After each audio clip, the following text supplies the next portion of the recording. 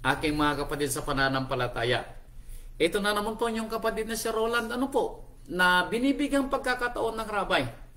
Na sana po tayo ay makatugon sa kanyang ibinibigay na aral sa atin. At tayo po sana ay magkaroon ng kababaang loob, pangunawa at kaalaman na maibuhay po natin ang mga salitang ating maririnig. Maunawaan natin ang kwento ng rabay. At tayo po sana ay maging isang mabuting halimbawa. Unang-una sa ating mga tahanan at higit sa lahat sa mga taong makakasalamuha po natin. Lalo na po sila po ay nagsasabing nag-uobserba sa ating pananampalataya. At sana isang araw makita nila, maunawaan nila ang kwento ng ating buhay, ng lahat ng ating mga pagpapala ay mula sa ating Amang Yahweh sa pamamagitan ng ating Rabbi Yeshua HaMashiach. Kaya talasasin po natin mga kapatid ang aral po ng Rabbi sa oras pong ito. Hinda na po ninyong inyong mga maiksing lapis at papel dahil lagi nating sinasabi, ito ay mas mabuti kaysa sa mahabang memorya. Kaya pakimute na po ninyong yung mga microphone at dinggin po natin ang aral na ibinigay ng ating Rabbi Yeshua HaMashiach. Now, talasasin po natin ang aral na ibibigay ng Rabbi muli. Ito ay para sa ating ikatututo. Kung tayo man po ay maapakan ng paa, sabihin po natin na ouch. And then tayo po ay magpakumbabang aminin sa ating mga sarili yung ating mga pagkakamali. At maramdaman sana natin na yung mga salitang ating maririnig ay magbibigay sa atin ng panibagong kalakasan, panibagong pag-asa. Na sa susunod na araw lalo tayong matuto sa buhay. Now, alam po natin na sa ating pang-araw-araw na buhay, tayo po ay talagang may tinatawag tayong free will. At sa ating free will, lalo po tayo, o lagi po tayong nagdidesisyon kung alin po yung ating gagawin. We have choices. Mayroon tayong tinatawag na mga pagpipili. At kung minsan sa ating mga pagpipili, sana makapili tayo o mapili natin kung ano yung tama. Kung ano yung salita ng Ama na naaayon sa ating pangunawa ay siya yung ating magawa. Kaya talasasin natin ang kwento ng ating Rabbi sa araw pong ito. Ang pamagat po ng kwento ng Rabbi may pamagat na The evil in me. Now, bakit po kaya ganito yung pamagat? The evil in me. Talasasin po natin na meron daw bang evil sa atin? Sa ating sarili. The evil in me. Talasasin natin bakit ito yung kwento ng Rabbi. Na kung tayo man ay masabihan na tayo daw ay may evil sa atin o may espiritong evil sa atin, maunawaan natin kung ano yung dapat natin gawin at bakit tayo nagkakaroon ng salitang evil in me. Now, talasasin natin ang kwento. Now, puntahan natin ang kwento ng isang apostol na nung una niyang maunawaan ang salita ng ating Rabbi, mayroon siyang dilema. Dahil baka ito rin ay naranasan natin o nararanasan din natin, lalo na kung tayo po ay nasa gitna ng ating mga kabagabagan. Kumbaga tayo po ay nasa gitna ng pagpipili. Kung alin yung ating pipiliin. Lalo na kung may kinalaman sa ating sarili, sa ating pamilya, sa ating asawa, sa ating mga anak, sa ating mga mahal sa buhay. Kung minsan hindi natin mapagsino kung ano yung ating gagawin. Ang kwento naman ng ating babasahin sa kanyang sarili. Hindi rin niya malaman kung ano yung kanyang nararamdaman. Ito yung tinatawag niyang nasa dilema siya. Talasasin natin. Bakit ganito yung kwento na gustong ipaunawa sa atin ng ating Rabbi? Now, dito sa Roma chapter 7 verse 14 and 20, tignan natin kung paano nagkakaroon ng kwento na sinasabing the evil in me. Okay? Dito sa verse 14, sisimulan natin ang kwento ni Apostol Saulo. sa kanyang sulat sa mga taga-Roma nang siya po ay nasa dilema ng kanyang pananampalataya. Kung alin dito yung kanyang pipiliin at sa kanyang sarili mismo ay inamin ni Saulo na there's something, mayroong kakaiba sa kanyang sarili. At ito ay isisiwalat ng rabay. Ano po? Baka ganito rin yung ating nararamdaman. Tayo sana ay magkaroon ng pangunawa. Now, dito sa verse 14, sabi niya, Roma chapter 7, verse 14, eto, sapagkat nalalaman natin na ang kautusay sa Espiritu, ngunit ako'y sa laman na ipinagbili sa ilalim ng kasalanan. Now, ito na po yung dilema. Now, alam daw natin ng salita ng Ama ay buhay at spiritual. Pero sa atin daw mga kalaman o sa ating laman, tayo daw, anong sabi niya, ay nasa ilalim ng kasalanan. Sapagkat ang ginagawa ko hindi ko nalalaman. Now, ito yung dilema. Alam natin ang salita, pero sa ating sarili, tayo ay nasa ilalim ng kasalanan. Meaning, hindi pa natin nauunawa ang mabuti kung ano ang salita dahil hindi pa natin siya direktang maibuhay. Mayroon tayong doubt. Naglalaban ng ating spiritual na makalaman.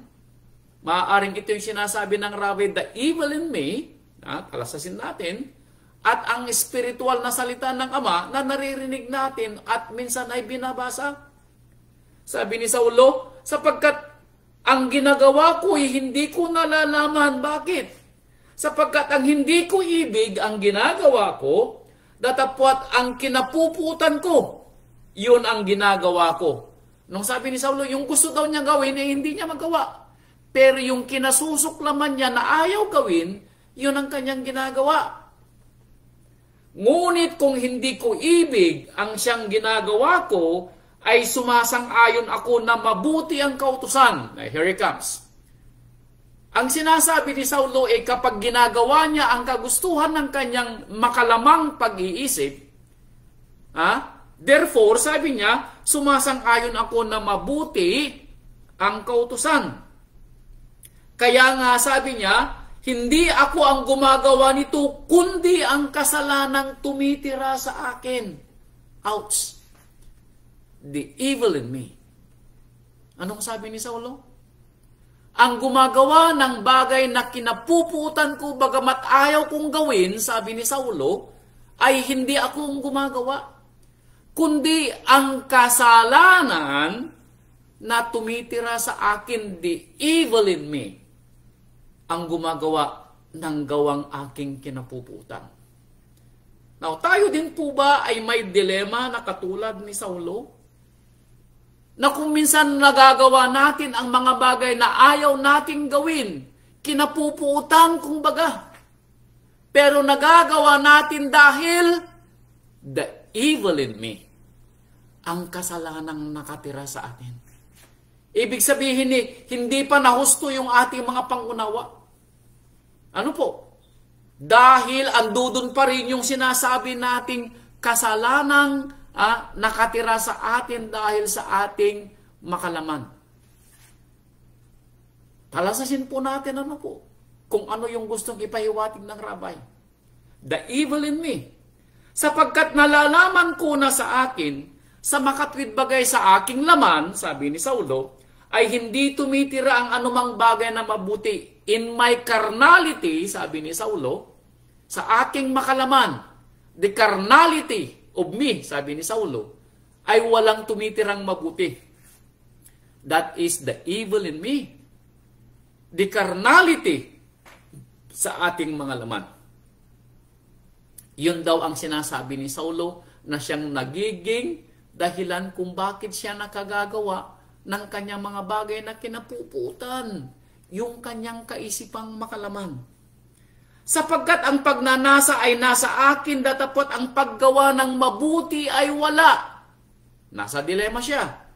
Sapagkat ang mabuti na aking ibig ay hindi ko ginagawa, Ngunit ang masama na hindi ko ibig ay siya kong ginagawa. Datapwat kung ang hindi ko ibig ang siya kong ginagawa, ay hindi na ako ang gumagawa nito, kundi ang kasalanang tumitira sa akin. The evil in me. Now, tayo po bang lahat ay may ganoong dilema? Dahil kung tayo pa po ay nakagagawa din ng mga gawang hindi natin ayaw gawin. Hindi ayaw. Hindi magkatugma. Pag gumagawa tayo ng mga bagay na ayaw nating gawin at hindi ayon sa kasulatan, yan mas maganda. Masasabi natin na it is the evil in me. Na katulad ni Saulo, hindi na akong gumagawa noon, kundi ang kasalanan na nakatira sa akin. At alam po ba natin na ito yung dilema ng bawat isang nananampalataya? Ito yung punto na gustong palabasin ng rabay.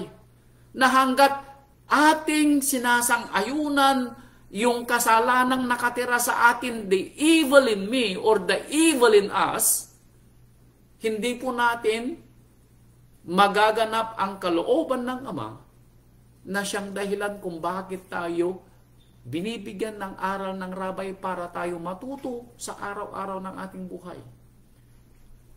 Wala pa tayo sa punto na nagaganap natin ora mismo ang mga salitang ating naririnig at nababasa. Bakit?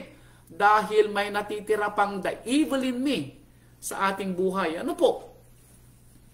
Now, paano ba natin ngayon uunawain ang gusto ng rabay? Bakit mayroong evil in me? Na siyang dilema ni Saulo at baka sakaling ito'y dilema din natin sa ating pang-araw-araw na buhay. Ano ba yung dapat natin gawin para mawala yung evil in me? Ito, tatalasin po natin na iisa-isahin po natin yung kwento. Dito sa aklat ni Santiago o James, ay may sinabi po siya para maiwasan natin yung sinasabing the evil in me sa ating buhay. Yung kasalanang nakatira sa atin, na gumagawa ng mga bagay na ayaw natin pero nagagawa pa rin natin. Santiago chapter 4 verse 7, ito yung kwento. Sabi dito ni Santiago sa verse 7, pasakop nga kayo sa Ama, datapwat magsisilangsang kayo sa dyablo at tatakas siya sa inyo. Now, alam natin ang kwento na ang dyablo ang siyang nagbibigay sa atin ng tinatawag na evil in me. Siya yung nagbibigay ng pangunawa sa atin that thing na ayaw natin gawin pero gusto natin gawin. Yun ang kanyang pang-akit sa atin. Ang gawa ng dyablo ay ang gawang makalaman na ito'y hindi ayon sa salita ng Ama. Pero sabi ni Santiago, pwede mong, sabi niya, salangsangin ang dyablo. At ang dyablo ay tatakas sa iyo. Anong sinabi ni Saulo ay ni Santiago na gagawin natin? Pasakop tayo sa Ama. Pero hanggat hindi tayo nagpapasakop ng buo sa ating Ama, the evil in me ay ano doon palagi. Hindi po siya mawawala. Dahil ang kasalanang nakatira sa atin ay nananaig sa ating puso dahil hindi pa po natin isinuko ng buo o ipinasakop sa Ama ang ating buong pagkatao. May itinira tayo.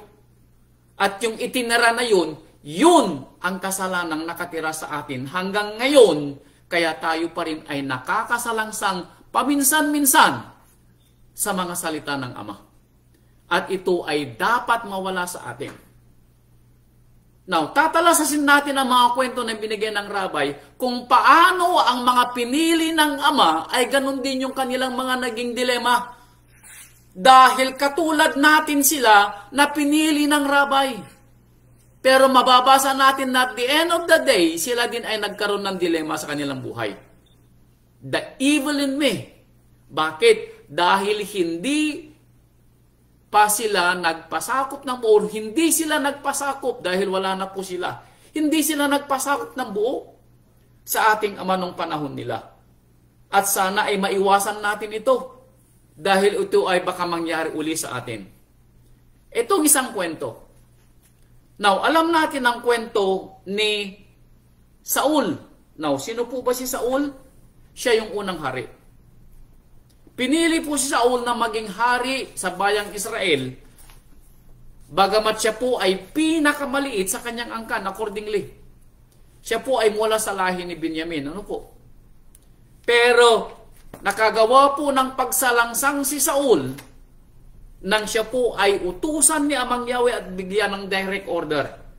Alam natin ang kwento na si Saul ay dinisregard ang salita ni Amang Yahweh at siya gumawa ng pagsalangsang. At dahil sa kanyang ginawa, ito ang nangyari. Unang Samuel, chapter 16, verse 14. At gustong ng rabbi na unawaan natin ang naging dahilan ng salita ng verse 14. Ito ang kwento. Unang Samuel, chapter 16, verse 14. Ito ang sabi. Ang espiritu nga ni Amang Yahweh ay humiwalay kay Saul. Now, kailan nangyari ang pagkahiwalay ng espiritu? Now, ibig sabihin, humihiwalay o umaalis ang espiritu ng Ama? Now, sa atin pong nabasa, yes.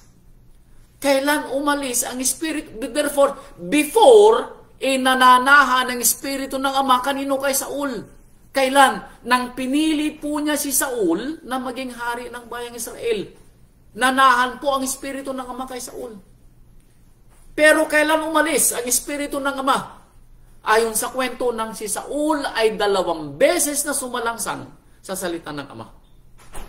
2 beses po dito. Dahil narito na po tayo sa chapter 16. At after that, matapos niya siya pagsabihan ni Samuel sa kanyang mga gawa. Yung una, pinagsabihan na siya ni Samuel at binigyan siya uli ng pagkakataon para i-redeem ang kanyang sarili for the second time. Nang sinabi niyang patayin si Agag at lahat ng Amalekita. Pero hindi po nangyari. Ano po? Now, alam po natin yung dalawa niyang kasalanan.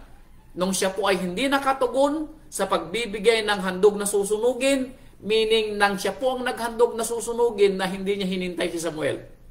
And then yung sumunod yung hindi niya pagpatay sa lahat ng mga Amalekita at kumuha siya ng kanyang mga sinasabing mga handog na susunugin. Ang sabi niya rito, humiwalay ang espiritu ng Ama. Bakit? Dahil sa mga naging kasalanan ni Saul. So, dito po natin makikita na the moment na humiwalay ang espiritu ng Ama sa atin, then, lumalabas yung ating pagiging the evil in me. Dahil nang wala na po ang espiritu ng Ama kay Samuel, ay kay Saul, anong nangyari? Pinagtangkaan ni pinagtangkaan ni Saul na patayin si David. Alam po natin ang kwento. Nangyari ang kagustuhan ni Saul na patayin si Haring David nang wala na sa kanyang espiritu ng Ama. Anong nangyari?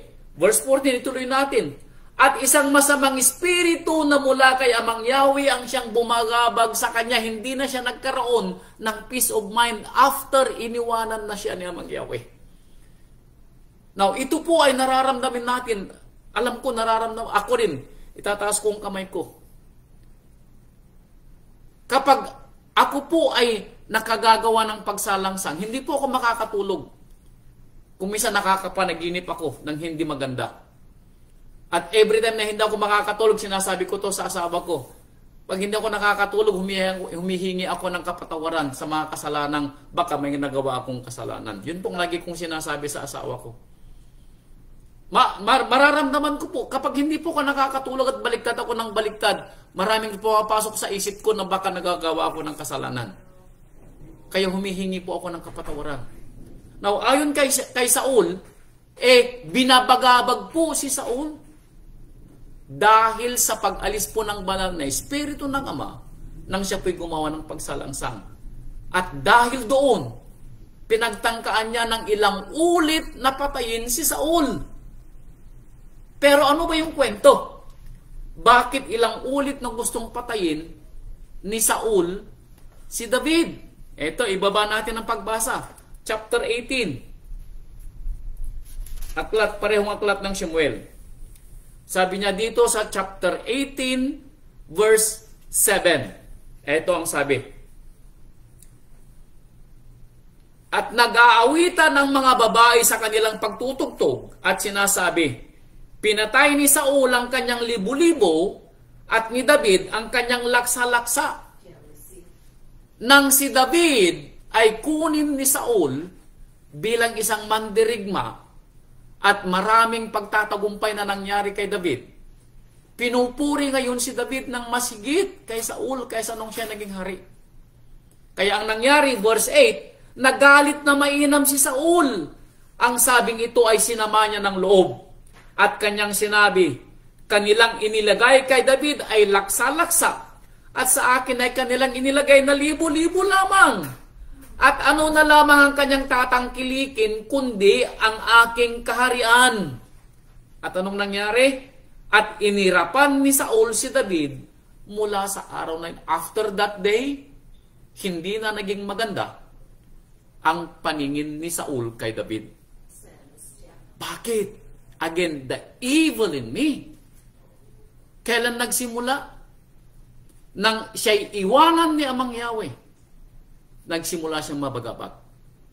Nang makarinig siya ng salita, hindi naging maganda ang kanyang pagdinig. Bakit? Again, the evil in me. Yung sinasabi natin, yung kasalanan sa puso natin. Dahil ang nangyari, instead na matuwa sana si Saul dahil ang kanyang mandirigmang si David ay nagiging tagapaglingkod at tagapagtanggol ng kanyang kaharian, pero ito hindi po niya minabuti. Anong sabi ng asawa ko nakikinig? Yung selos, the evil in me. Kaya magmula ng araw pong yaon, ilang ulit na pinagtangkaan ni Haring Saul na patayin si David. Bakit? Because of that evil in me. Yung kanyang selos. Dahil wala na sa kanyang espiritu ni Amang Yahweh. So, anything na maisip nating masama, ito ay dahil wala na sa atin ang espiritu ng Ama na nananahan sa atin. Therefore, ang pumalit is the evil in me. Yung kasalanan sa atin na naging dahilan kung bakit umalis ang espiritu ng Ama sa atin. Kaya sabi dito sa Hebreo, eto tandaan natin, kapag ito yung nangyayari sa atin, ito'y dahil sa ating kaisipang nasa puso natin na kasalanan, meaning hindi ito alinsunod sa kagustuhan ng Ama na isipin natin. Nag-iisip tayo ng masama. It's either sa ating kapwa o sa kagustuhan nating magawa ang isang bagay. Kaya sabi dito sa Hebrew chapter 12, verse 15, ito ang advice ni Saulo, para maiwasan mong mag-isip ng masama sa iyong sarili o sa kapwa o sa mga gawang hindi dapat mong gawin. Ito, chapter 12, verse 15, sabi niya, sa pamamagitan nga niya, chapter 12, chapter 12, verse 15, 13 naman yung binabasa ko. Pakaingatan ninyo, sabi ni Saulo, na baka ang sino may di makaabot sa biyaya ng Ama. Now, talastasin ninyo, sabi ni Saulo, na baka mayroon sa inyo ang hindi umabot sa biyaya ng Ama. Baka wala sa inyo ang banal na espiritu ng Ama at hindi ninyo maunawaan ang mga bagay na nangyayari sa inyo. Talastasin ninyo, sabi ni Saulo, baka kayo'y bagabagin ng anumang ugat ng kapaitan na sumisibol at dahil dito'y mahawa ang marami. Now, nangyari ba ito kay Saul? Yes. Dahil sa kapaitan na nararamdaman ni Saul the moment na mas pinuri si David kaysa sa kanya, gusto nga niyang patayin after that day si David. The bitterness, the evil in me, Kaya kung tayo po ay may itinatagong bitterness sa puso natin, yung kagustuhan natin na mangyari sa buhay natin, yung nag-uukil-kil sa puso natin na maranasan natin, mangyari sa buhay natin, nagagawin natin ang lahat, mangyari lang sa atin yung gusto nating mangyari, bagamat kung minsan ay hindi ito dapat nating gawin, ginagawa natin. Maski na ito'y taliwas sa mga salitang ating naririnig at nababasa.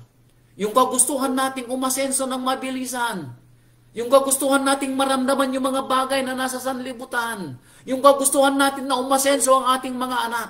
Yung kagustuhan natin na maramdaman ng ating mga asawang mga bagay na gusto nilang maramdaman o makamtan yung gusto nilang makamtan. Yung galit natin sa isang tao. Yung inggit natin sa isang tao. Ito ay nararamdaman natin dahil wala na sa atin ang Espiritu ng Ama na lumulukob sa atin. Katulad na nangyari kay Saul. At bakit nawala ang Espiritu ng Ama na gumagabay sa atin? Dahil sa ginawa nating pagsalangsang sa ating buhay. Na hindi natin inisip na mabuti kung ito'y ayon sa kalooban ng Ama. Kundi ginawa na lang natin. Bakit? Inisip natin na ito'y makakabuti sa atin. Again, the evil in me ang nagdesisyon para sa atin. Yung ating kaisipang makalaman. Nangyari yung dilema ni Saulo. Yung gusto niyang gawin, hindi niya magawa, pero yung ayaw niyang gawin, yun ang nagawa niya. The evil in me, yung aking makalamang puso. Yung ating carnality, ang siyang namayani sa atin that moment na tayo ay nakagawa ng pagsalangsang. Ano po? Ito pang isa. Josue chapter 7. Ito pa yung isang kwento. The evil in me. Josue chapter 7 verse o Joshua chapter 7 verse 21. Now, alam niyo kung anong kwento ito? Ito'y kwento ng isang lingkod ng ating Ama. Mabuti siyang lingkod. Pero nagkaroon lang siya ng tinatawag na the evil in me nang makita po niya yung kanyang gustong maangkin. Now, ang kwento rito ay yung kautusan ng Ama ng kanilang lusubin ang Jericho na ang kautusan ay lahat ng mga ginto, pilak ay dadalhin sa kaban ng tipan at lahat ng iba pang gamit ay kanilang susunugin. Papatayin lahat ng mga bata mula sa pinakabata hanggang sa pinakamatanda. Walang ititirang buhay. Ganon ang ginawa sa Jericho. Sa mga samsam, ang kukunin lang ay yung mga ginto at pilak. Mga damit in anything, susunugin. Isasama sa apoy. Pero ito yung kwento ng isang lingkod ng Ama na kasama sa bayan ng Israel. Kaya masasabi nating lingkod ng Ama dahil ito ay mabuting tao. Nung una, siya ay sumusunod sa liderato ni Josue. Pero nang makita niya ang ginto, ang pilak at ang magandang kasuotan, nagkaroon siya ng evil in me. Josue chapter 7 verse 21. Ito ang sabi. Ito ang sabi ni Akan. Nang aking makita sa samsam ang mainam na balabal na yaring Babylonia, balabal na sana dapat sunugin. Pero nakita niya maganda. Lust of the eyes. At ang 200 siklong pilak at isang dila na ginto na 50 siklo ang timbang, ito yung ganyang gustong maangkin, maging mayaman. Pride of life. Akin ngang inimbot. That is the evil in me. Yung pag-iimbot. Kung wala sanang pag-iimbot si Akan, hindi niya ito kukuning itatago. Pero dahil kagustuhan niyang maangkin ang bagay na nakita niya, dinisregard niya ang kautusan ng Ama na sinabi ni Josue, susunugin ang lahat maliban sa ginto at pilak na dadalhin sa kaban ng tipan. Hindi po nangyari. Bakit? Again, the evil in me. Nung una, mabuting lingkod si Akan. Masasabi natin na maaaring nasa kanyang espiritu ng Ama. Pero that moment na makita niya yung kanyang gustong imbutin, nanaig yung sinasabi nating the evil in me. Yung anong sabi niya? Aking pinag-imbutan. At aking kinuha at narito, nangakukubli sa lupa sa gitna ng aking tolda at ang pilak ay nasa ilalim niya. The evil in me. Ang naging dahilan kung bakit ako nagkasala, sabi ni Akan. Ito rin ang sinabi ni Saulo. Ang kasalanang nasa akin ang siyang gumawa ng aking pagsalangsang. Totoo yun. The carnality of our thoughts. Yung pagiging laman ng ating kaisipan, the evil in me, ang naging dahilan ng ating kasalanan. Pero kailan nangyari yun? Nang ipagwalang bahala ni Akan ang salita ni Amang Yahweh. That is the evil in us. Na bagamat alam natin ang salita ng Ama, kinalimutan natin ito. Bakit? Nanaig sa atin yung ating carnality, yung kasalanan sa atin na sabi ni Saulo, the evil in me. At anong nangyari? Hindi lang si Akan ang nagbayad ng kanyang kasalanan. Dahil kasamang pinatay ang kanyang asawa, mga anak, at lahat ng kanyang ari-arian. Kaya talasasin po natin na sa ating pagdedesisyon sa buhay, hindi lang po tayo ang apektado. Apektado po yung ating mga mahal sa buhay, lalo na kung tayo po yung mga ama at ina ng tahanan. Ano man po yung ating ginagawa, talasasin po natin. Baka ito po the evil in me ang gumagawa sa atin. Baka nananaig po yung carnality ng ating kaisipan. That is the evil in me. Yung kasalanan sa atin na siyang sasalangsang sa salita ng Ama. Yun po yung ating iwasan. Yung pag-iimbot na nakita at naramdaman ni Akan. Yung pagsiselos at yung pagiging mataas ni Saul ang naging dahilan kung bakit nagkasala si Saul at tinanggal siya sa pagiging hari. Talasasin po natin, baka ito rin ay nasa atin yung kapaitan sa ating puso. Baka may galit tayo na hindi natin mapatawad sa isang tao kaya tayo nakagagawa ng kasalanan. Yung pag-iimbot dahil sa kagustuhan natin, narinig ko yung patutuo ng ating anak na si Angela. Nag-aaral pa lang po si Angela pero naiiyak na siya dahil hindi niya may pangili ng kanyang ang araw ng Sabbath fully dahil meron siyang pasok. Kung ganong bata inararamdaman niya yung kanyang pagiging pagkukulang, sana tayo na matanda na sa pananampalataya ay maramdaman natin yung guiltiness sa ating puso kapag tayo ay nakakasalangsang sa salita ng Ama. The evil in me na siyang nananatili sa atin. Ano po? Ito yung ating dilema. Kaya kailangan nating talasasin kung paano natin tatanggalin yung evil in me na sinasabi. Sabi kanina ni Apostol Santiago, submit yourself. Tayo daw ay magpasakop ng buo sa kapangyarihan ng Ama. Hindi po tayo magpapasakop kapag araw lang ng Sabado. Hindi po tayo magpapasakop kapag may piyesta lang. Kundi tayo po ay magpasakop 24/7. Yun lang po yung nakikitang paraan na sinasabi ng rabbi dahil walang ibang paraan para tayo ay magwagi doon sa sinasabi niyang the evil in me. Yung sinasabi nating kasalanan na nananatili sa ating puso dahil patuloy tayong nakakasalangsang sa salita ng Ama. Kaya sabi niya dito sa Santiago chapter 1, tingnan natin kung paano pumapasok sa ating mga puso yung salitang the evil in me, yung carnality ng ating puso. Bakit nananaig ito? Na kung minsan ay nawawala, pero biglang-biglang nananaig. Tandaan na lang natin, katulad ngayon, pag tayo'y busy sa pagbabasa at iniisip natin at ang ating focus ay sa Ama at sa Kanyang salita, hindi pumapasok yung evil in me. Nawawala sa kwento yung carnality. Pero the moment na iniwaksi natin sa ating mga puso, sa ating mga mata, sa ating focus ang salita ng Ama, here comes the evil in me. the carnality of our mind ang siyang nananaig. Kaya sabi ni Santiago, chapter 1, verse 14 and 15, eto, sabi ni Santiago, itataas ko sa verse 13, eto, nangyari kay Akan, nangyari kay Saul, sabi niya, huwag sabihin ng sino man pagka siya'y tinutokso, pagka daw ito'y may nangyayaring paggawa ng kasalanan.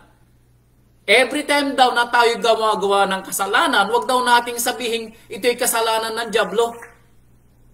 Kasalanan po ng salitang the evil in me. The evil in me. Sa sarili po natin dahil ang dyablo ay nasa labas po ng ating puso. Nasa labas po siya. Pero yung kasalanan ay nasa loob natin. At ang gagawin lang ng dyablo is entice. I-entice lang po niya yung kasalanang nasa atin. The evil in me ay lalagyan lang ng dyablo ng D para siya maging devil sa iyo dahil ikaw ay nasa kanyang sakop. Tayo ay nagpapasakop hindi sa Ama kundi tayo ay nagpapasakop sa dyablo every time na ini-entertain natin ang the evil in me or the carnality ng ating puso. Yung ating makalaman pag-iisip. Kaya sabi ni Saulo, huwag daw sabihin nino man na kapag siya gumagawa ng kasalanan, siya ay tinutokso ng Ama.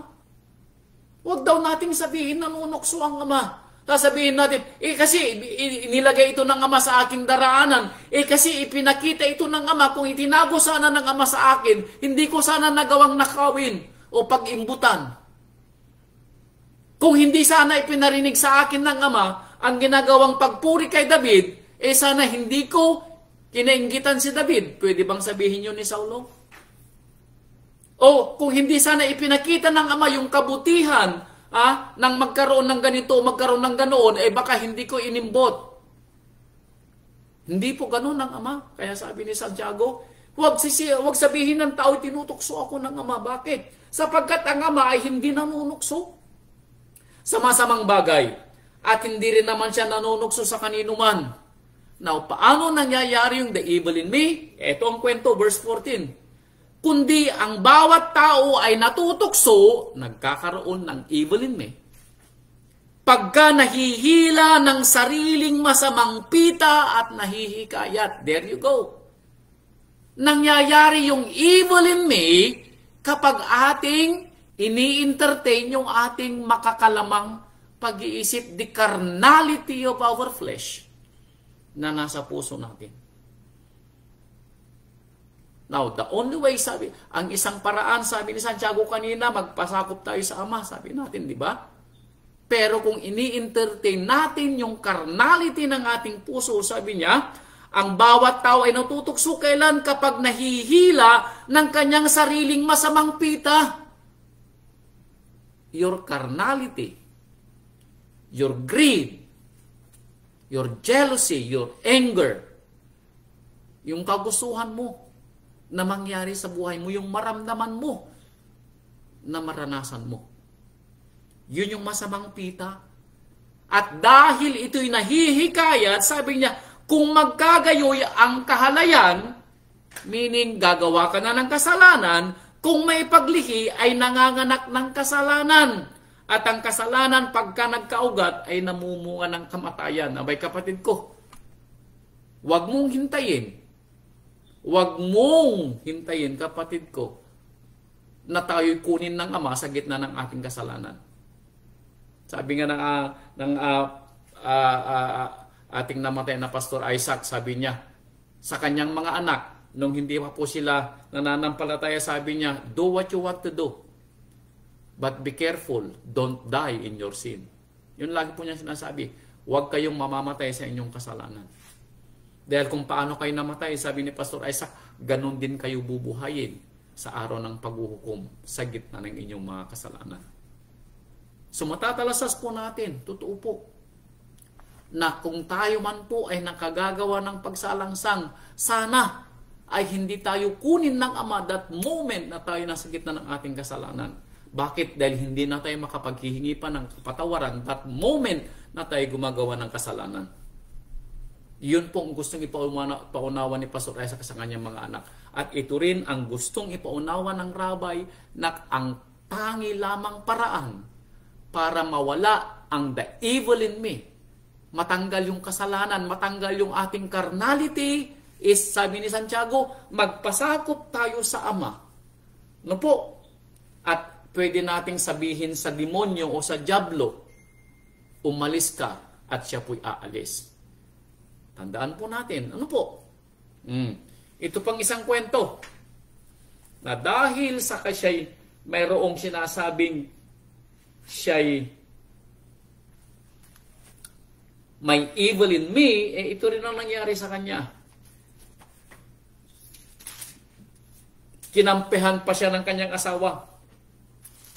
Mga Gawa, chapter 5, eto, mag-asawa ito, na nagkampihan dahil sa kanilang naramdaman na evil in me. Ito, talasasin po natin. Ito yung kwento ni Hananaya at ni Safira. Chapter 5, verse 1 through 4 ng Aklat ng Mga Gawa. Datapwat isang lalaki na tinatawag na Hananaya, na kasama ng kanyang asawang si Safira, ay nagbenta ng isang pag-aari. Ito'y panahon ng mga apostol. May mag-asawa daw na Hananaya at Safira. At dahil nakita nila yung tinasabing kagandahan ng pananampalataya. Dahil nung panahon ni Safira at Hananaya, nakita po nila ng lahat ng kanyang mga kababayan ay masaya, kumakain ng sabay-sabay, tulong-tulong sa mga gawain. Sila po ay parang namumuhay na komunidad. Ang pag-aari ng isa ay pag-aari ng lahat. Pantay-pantay po ang kanilang mga sinasabing mga gawa. Kumbaga, pag kumain ng isa, kakain lahat. At lahat ay masaya.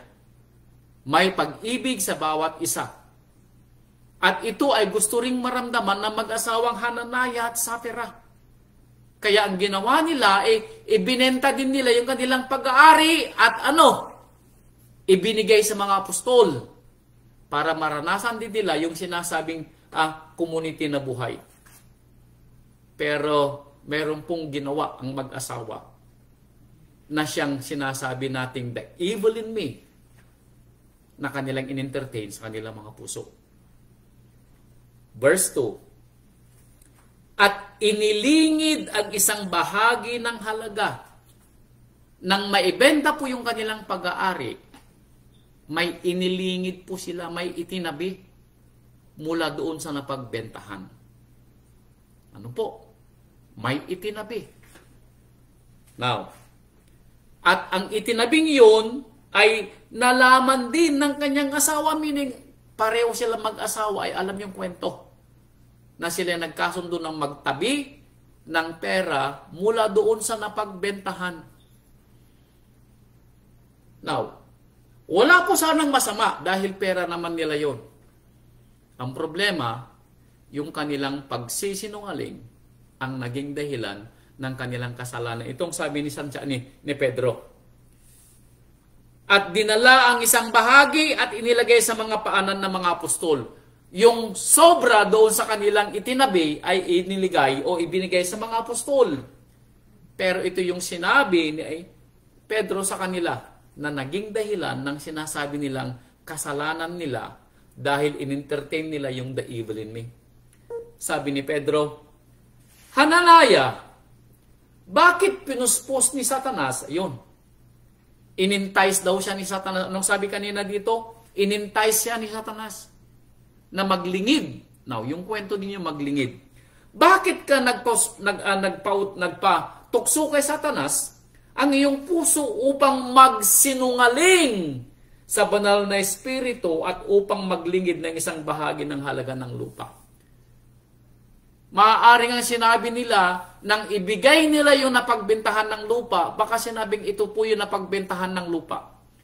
Hindi sinabi na ito po yung bahagi ng napagbentahan ng lupa. Nagtabi po kami ng kaunti dahil meron po kaming paggagasusan. Kung ganun sana ang sinabi nila, ay maaaring Hindi sana naging kasalanan sa kanila, pero baka dahil hindi nila sinabi yung kanilang itinabi. At sinabi lang nila ito yung pinagbintahan ng lupa, kaya sabi ni Pedro, kayo ay nagsinungaling sa banal na Espiritu ng Ama. Now, asan yung evil in me doon? Yung paglilingid. At yung sinasabing kulang sa pagtitiwala.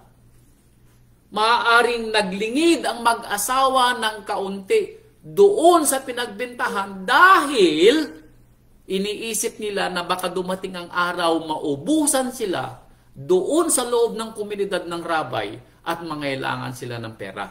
Kakulangan sa pagtitiwala.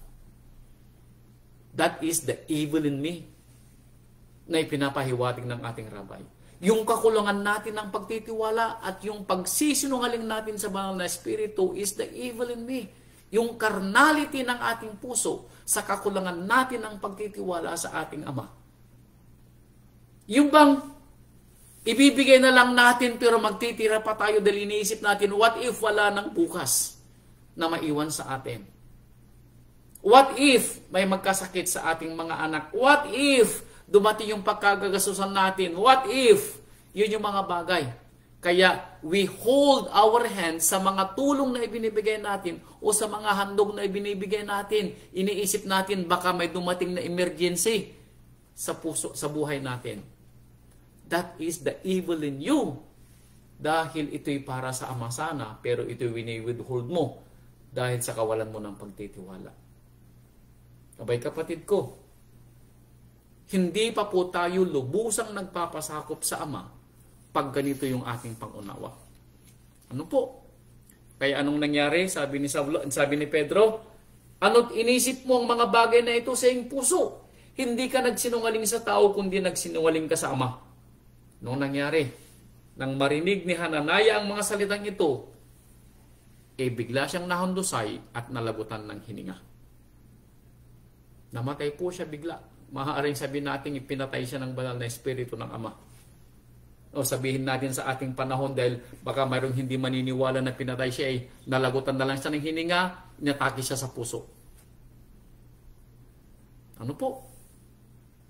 Now alam natin yung kwento. Sa verse 5, namatay din yung kanyang asawa. Dahil pinanindigan ng asawa niyang si Sapphira ang pinagbintahan sa lupa, kaya namatay din siya dahil sa kanyang pagsisinungaling din ayon sa kanyang pagsang-ayon sa kanyang asawa. Namatay din bigla si Sapphira. Inatake rin sa puso, sasabihin natin, dahil pinatay din siya ng banal na Espiritu ng Ama. Now, alam po ninyo, ito yung mga bagay na iniiwasan natin na mangyari sa buhay natin. Kaya ito yung itinuturo ng rabay. The evil in me, pag in-entertain po natin yung evil in me, yung evil thoughts, yung maling kaisipan, yung gusto nating mangyari pero alam natin na mali ito sa rabay pero ginagawa pa rin natin. Araw ng pagsamba pero ginagawa pa rin natin. Araw ng piyesta pero ginagawa pa rin natin. Again sa salita ng Ama pero ginagawa pa rin natin. That is the evil in me. Yung kasalanang natitira sa atin. Bakit? Dahil ang kaisipang makalaman ay enmity, pakikipag-alit sa Ama. Kaya hindi tayo makapagpapasakop sa Ama dahil mayroon tayong kasalanang makalaman. Mayroon tayong evil in me. Mayroon tayong carnality. At yung carnality na yun yung kasalanan na hindi natin maalis sa ating puso. At yun ang ating ninanais na gawin. Yun ang nag-iintay sa atin para tayo sumalangsan. Yun ang ating ini-entertain.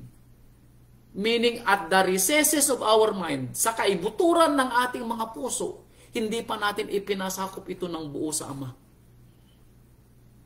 Ando doon pa rin yung reservation natin na gawin ang kalooban ng Ama dahil iniisip natin kung minsan yung kaisipang makalaman. At ang kaisipang makalaman ay pakikipag-ahalit kay Amang Yahweh. Kaya hindi natin magagawa ang Santiago chapter 4 verse 7 na tayo magpapasakop sa Ama. At kung hindi tayo makapagpapasakop sa Ama, never na tayo po ay makapagre-resist sa dyablo. Kaya ngumingiti ang dyablo sa atin dahil hindi tayo nagpapasakop sa Ama ng lubusan. Nakangiti ang dyablo sa atin. Dahil alam ng dyablo, tayo po ay kanyang magiging alipin once in a while, pansamantala. At sana, wag mangyari na sa araw na tayo po'y alipinin ng dyablo, tayo kunin ng Ama. Tandaan po natin, ang dyablo ay isang parang namimingwit ng isda at alam niya kung anong ilalagay sa ating harapan na pain. At ano yung pain na yun? Yung nasa puso natin na ayaw nating bitiwan na sinasabi nating the evil in me. Yung carnality ng puso natin, alam natin yun. Maaring tayo ay, meron tayong nasa puso na alam nating mali pero ini-entertain natin paminsan-minsan. At alam natin yung kung ano yun. Yun yung ating kahinaan. Baka ang kahinaan natin yung masabi nating mapasaya natin yung ating mga asawa regardless kung ano yung ating gagawin. Mapasaya natin ang ating mga anak. O yung mayroon tayong ini-entertain sa ating sarili. Bagamat ito ay hindi ayon sa salita ng Ama na hindi natin kayang bitawan. Kaya sabi dito ni Pedro, chapter 1, unang Pedro, chapter 5, verse 8, dito tayo kukunin ng demonyo. Dito tayo i-entice ng demonyo. Yung evil in me. Kaya tayo ay magiging alipin ng demonyo. Dahil the moment na tayo po ay nagpaalipin sa ating carnality of mind, tayo ay alipin ng demonyo. Ano po? Unang Pedro chapter 5 verse 8. Kayo'y maging mapagpigil, kayo'y maging mapagpuyat, ang inyong kalaban na dyablo na gaya ng iyong umuungal ay gumagala na humahanap ng masisila niya. Sino ang kanyang hihilain at sisilain? Yung may mga evil in me. Hindi nila pwedeng silain yung mga nagpapasakop sa Ama. Bakit? Sabi nga doon sa salita ni Santiago, ang mga nagpapasakop sa Ama ay pwedeng magsabi sa dyablo, lumayas ka, at ang dyablo ay aalis sa iyo. Yun ang kapangyarihan ng mga nagpapasakop sa Ama. Pero sa mga taong mayroong evil in me, meaning may kasalanan sa kanyang puso dahil yun ang kanyang gustong gawin, ini-entice niya ang dyablo na sinasabi niya, halika, ako'y kasama mo. Yun ang ginagawa ng kasalanan. Yung ating carnality sa ating puso.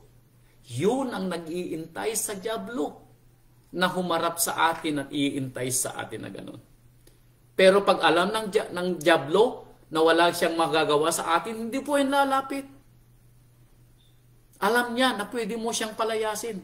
Bakit? Dahil ikaw ay nagpapasakop sa Ama at hindi magwawagi ang dyablo sa iyo. Pero sa ating carnality na ating ini-entertain, alam ng dyablo, one way or the other, bibigay ka rin sa iyong carnality. Yun ang sinasabi ng dyablo. Kaya hindi po siya umaalis sa iyo. Anong sabi ng ating Apostol Pedro? Umaaligid. Umaaligid po yan, meaning nagbabantay. Hinihintay niya kung kailan siya pwedeng sumila sa iyo, nung kailan mo kahinaan at kung kailan ka vulnerable sa iyong carnality. Doon papasok ang dyablo. Doon po papasok. At alam po ng dyablo ang ating kahinaan. Kung ang kahinaan mo yung pagkain, abay, i-entice ka ng dyablo ng mga masasarap na pagkain. Kung ang kahinaan mo yung mga magagandang damit, mga alahas, mga material na bagay, doon ka po. I-entice ng dyablo. Gusto mo ito? Sabi niya, pwede mong gawin ito. Marami kang ipon. Yung iniipon mong mag-asawa para sa emergency o para sa piyesta ng Ama, sabi niya, doon sa ibibigay mong handog o kaya ibibigay mong ikapo, ibili mo na rito. Mag-iipon ka na lang sa susunod. Mauunawaan ito ni Amang Yahweh. Yun ang ipaparana sa iyo. Maaaring yun ang ipapaunawa sa iyo ng dyablo. Ano po? Matalino po ang dyablo. Kaya tandaan po natin, anong sabi ni Pedro? Umaaligid. Meaning, nasa tabi natin ang dyablo kung hindi tayo nagpapasakop sa Ama. Kaya talasasin po natin, ano po? Ito pang sabi ni Apostol Saulo sa Efeso. Efeso chapter 4 verse 27. Efeso chapter 4 verse 27. Sabi po niya rito, chapter 4 verse 27. Huwag niyong bigyang daan man ang dyablo. Anong sabi ni Saulo? Huwag niyong bibigyang daan ang dyablo. Huwag niyong bibigyan ng puwang ang dyablo. Huwag niyong bibigyan ng puwang, daan ang dyablo. Sa ating buhay, nakalagay dapat sa ating puso, no vacancy, para hindi tumuktok ang dyablo.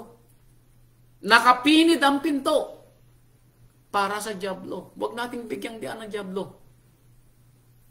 Tandaan po natin, maaari pong gamitin ng dyablo ang ating mga mahal sa buhay na siyang ating kahinaan na nakikita ng dyablo. Maaari po niyang gamitin. Kaya sabi ni Apostol Saulo, huwag niyong bibigyang daan ang dyablo. Kaya mga kapatid ko, tayo ay binibigyang daan ng ating rabay na magpakatibay sa pananampalataya. Tayo yung sinasabing magiging ehemplo ng ating. Kaya kung mapapasin po ninyo, sa lahat ng mga pinapanalangin natin, ang lagi kong sinasabi na idinadagdag tayo sana ay maging mabuting ehemplo sa ating mga mahal sa buhay. Kaya ganito rin ang aral na ibinigay ni Saulo kay Timoteo. Chapter 2 verse 24. Pangalawang Timoteo chapter 2 verse 24, 25 and 26. Itong sabi po niya.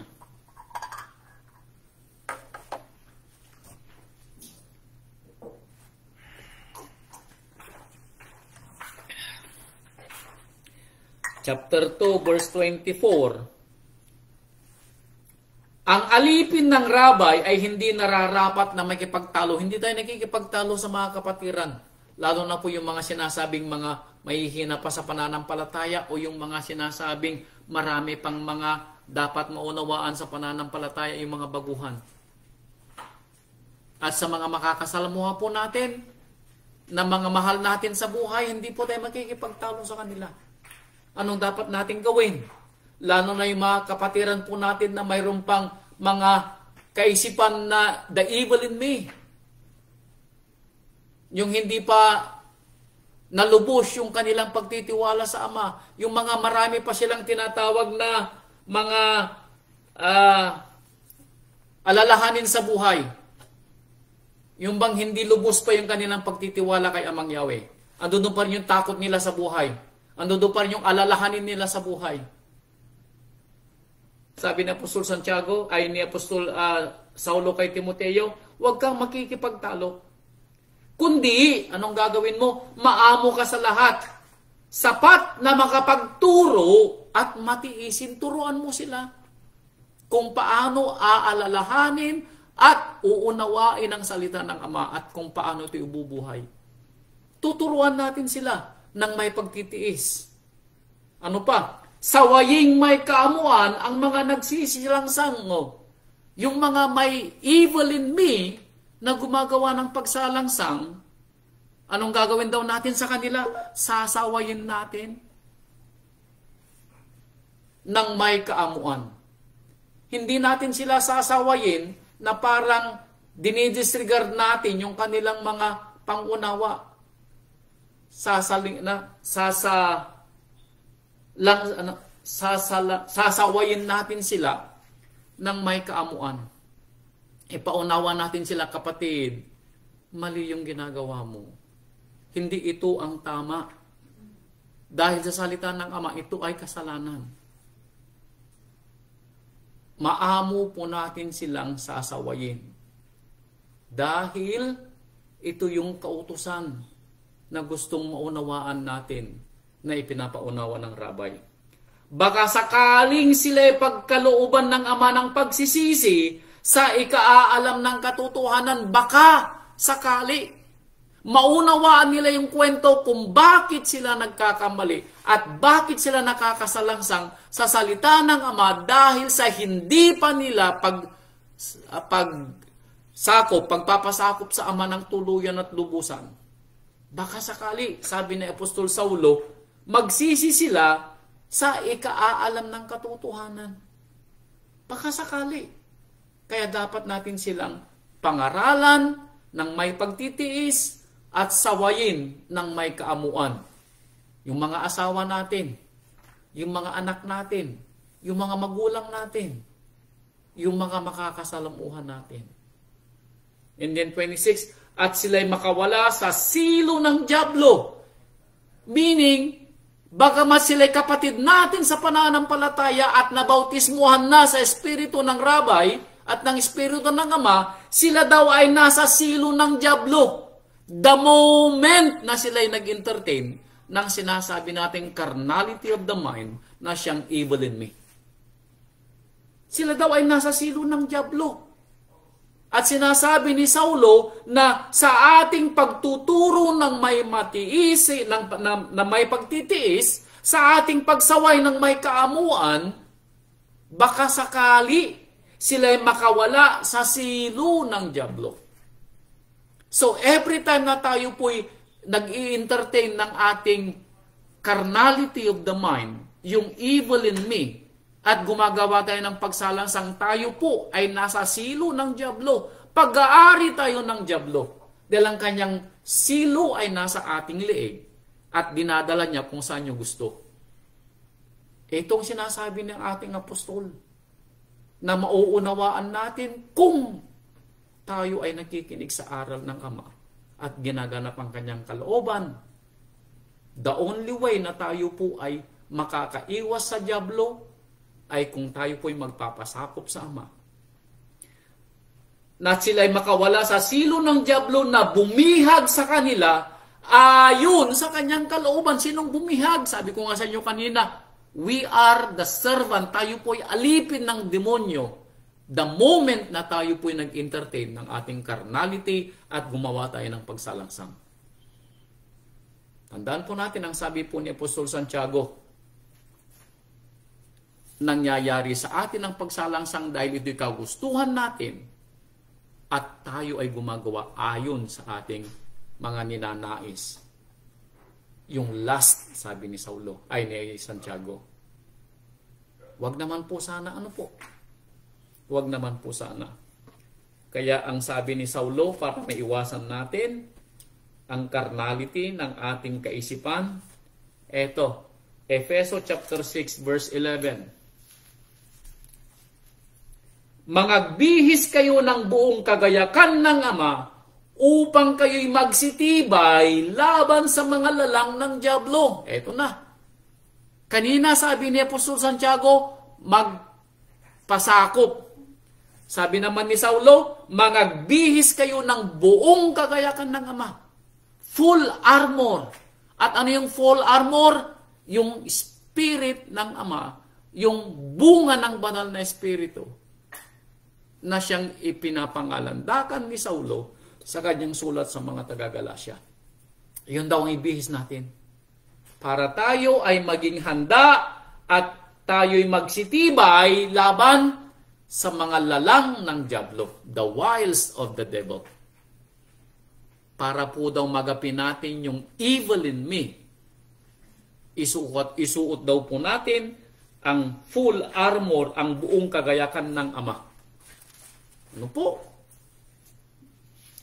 At ito pa, 1 John chapter 3 verse 8. 1 John chapter 3 verse 8. Ito pa pong sabi niya, ang gumagawa ng kasalanan ay sa dyablo. Ouch. Now, anong sabi kanina ni Saulo? Ang gumagawa na sa akin na hindi ko gusto ay ang kasalanan na sa akin, the evil in me, ang siyang gumagawa sa akin. Now, ang sabi ni Apostol Yohanan, ang sino mang gumagawa ng kasalanan na sumusunod sa nais ng kaisipang makalaman, yung the evil in me, ay, anong sabi niya? Pag-aari ng dyablo.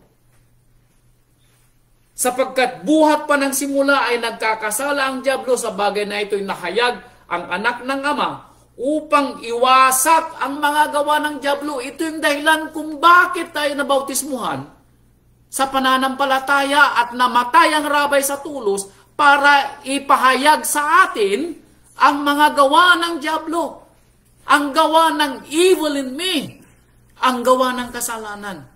At ito'y iminumulat niya sa atin para ito'y ating maiwasan. Pero kung hindi po tayo magpapasakop sa Ama, kung hindi po natin ibibihis ang katwiran ng Ama ayon sa banal na Espiritu ng Ama sa kanyang mga bunga sa Galatia chapter 5 verse 22 at sa pagpapasakop natin sa ating Rabbi Yeshua HaMashiach, hindi po natin maiwawaglit ang the evil in me sa ating mga puso. Hindi po mangyayari kahit kailan. Kaya tandaan po natin, the only way, tayo po'y magpasakop ng buo at lubusan sa ating Amang Yahweh. At sa pagsunod sa mga salita ng ating Rabbi Yeshua HaMashiach. Dito nahahayag ang mga anak ng Ama. Verse 9. Ang sino mang ipinanganak ng Ama ay hindi nagkakasala. Hallelujah. Ang sino man daw ipinanganak ng Ama, nabautismuhan sa pangalan ng Ama, nabautismuhan sa pangalan ng Rabay, at sa gabay ng banal na Espiritu, at full 100% na nagpapasakop sa ating Amang Yahweh, kahit kailan daw ay hindi makagagawa ng kasalanan. Kaya sabi niya rito, ang sino mang ipinanganak ng Ama ay hindi nagkakasala. Bakit? Sapagkat ang kanyang binhi ay nananahan sa kanya. Ano yung kanyang binhi? Yung kanyang salita. Never na mai-entertain daw natin ang evil in me kung lagi nating iniisip ang binhi o ang salita ng Ama na nasa puso natin. At nauunawaan natin ayon sa ating pangunawa na ibinigay ng Rabay. Never daw tayong magkakasala. Kaya sabi niya, siya'y hindi maaaring magkasala. Bakit? Sapagkat siya'y ipinanganak ng Ama. Hindi daw tayo maaaring magkasala. Kung 100% tayo'y magiging binhi, ay tayo'y magiging anak ng Ama at nagpapasakop sa Kanya ng 100% dahil nananatili sa ating puso ang Kanyang binhi. Ito yung Kanyang salita. Kaya mga kapatid ko, walang puwang ang dyablo sa atin. Walang puwang yung evil in me. Walang puwang ang kasalanan sa atin kung tayo po'y 100% na magpapasakop sa ating Amang Yahweh at sa gabay ng ating Rabbi Yeshua HaMashiach. Huling talata ito sa Pilipos, sulat uling ni Saulo sa mga taga-Pilipos chapter 4 verse 8. Sabi po niya, katapos-tapusan mga kapatid, at the end of the day, para maiwasan natin yung pag-iisip ng evil in me, yung pag-iisip ng mga bagay na hindi mula sa Ama, para maiwaksin natin sa ating mga puso yung carnality ng ating kaisipan at mawala sa atin ang paggawa ng kasalanan. Etong sabi ni Saulo, katapos-tapusan mga kapatid, anumang bagay na katotohanan. Ano yung katotohanan? Ang salita ng Ama. Anumang bagay na kagalang-galang. Yung mga naririnig nating kwento mula sa Rabay. Anumang bagay na matuwid. Again, mula sa salita ng Ama. Anumang bagay na malinis. Mula uli sa salita ng Ama. Anumang bagay na kaibig-ibig. Salita ng Ama. Anumang bagay na mabuting ulat. Mga patutuo ng ating mga kapatid. Kung may anumang kagalingan at kung may anumang kapurihan papunta sa Ama, ay isipin ninyo, sabi ni Saulo, ang mga bagay na ito. Ito daw yung paraan para maiwaksin natin sa ating mga puso ang gawang makalaman, ang evil in me, ang kasalanan na paminsan-minsan ay gusto nating gawin sa ating mga pusong laman. Huwag naman sana mga kapatid ko, ano po? Tayo na po ay nasilyuhan sa bautismo ng ating Rabay nang tayo po'y binautismuhan sa tubig at binautismuhan sa banal na Espiritu. Tayo po ay magpasakop dahil tayo naman ay nagsasabing tayo'y mga anak ng Ama. The only way na tayo po ay makakaiwas sa gawa ng demonyo, sa entice ng demonyo, at sa mga gawa ng demonyo na siyang nananahan sa atin dahil sa evil in me, the carnality of our mind, kung tayo po ay magpapasakop ng tuluyan sa ating Ama. Ibubuhay po natin at ibibihis po natin ang katwiran ng Ama. Iisipin natin ang mga salita ng Ama. Kaibig-ibig, kaiga-igaya, katotohanan, niluluwalhati ang Ama. Mga patutuon ng ating mga kapatiran para sa ikatitibay ng ating mga pananampalataya. Ito daw po yung ating isipin para po sa lalong ikatitibay ng ating pananampalataya at ikaluluwalhati ng ating Rabbi Yeshua HaMashiach.